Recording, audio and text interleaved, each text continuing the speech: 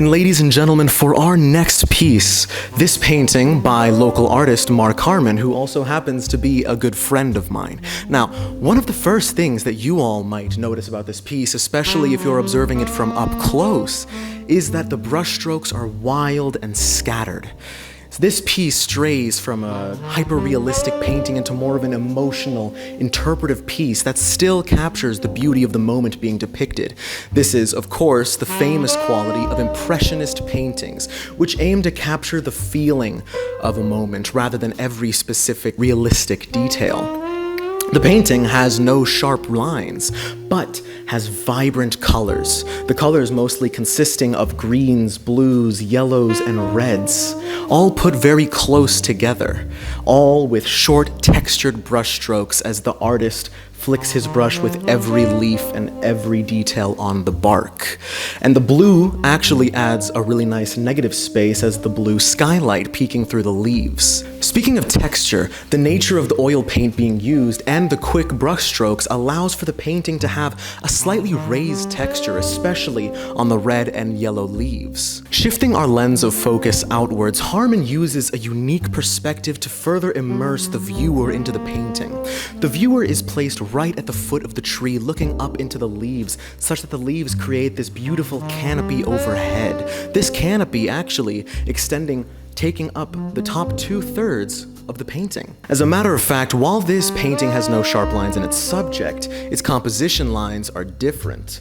If we break this painting into 9 equal squares, we'll see that the main tree starts at the bottom right square, going up just barely into the middle of the painting all the way to the top, but the branches extend from end to end of the painting, taking up the top and middle segments. The only parts left are the bottom left and bottom middle squares, both of which are taken up by greenery in the background. Ladies and gentlemen, notice how the main tree is the only tree that has these deep reds and yellows on its leaves.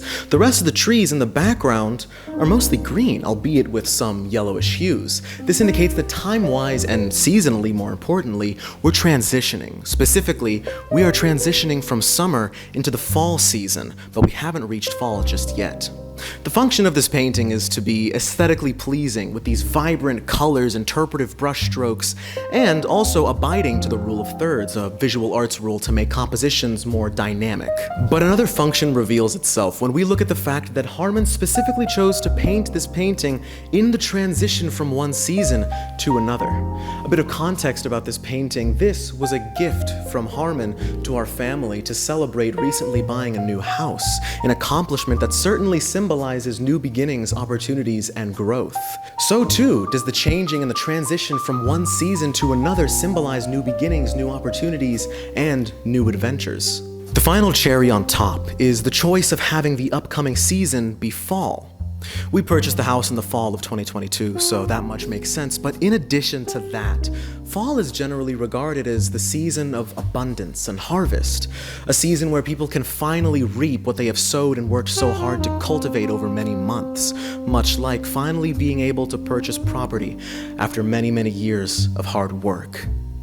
This piece is untitled, but it holds a special place in my heart and is an extremely thoughtful gift. Now, ladies and gentlemen, if you'll follow me to our next piece, Banana Duct Taped to the Wall. Now, this artist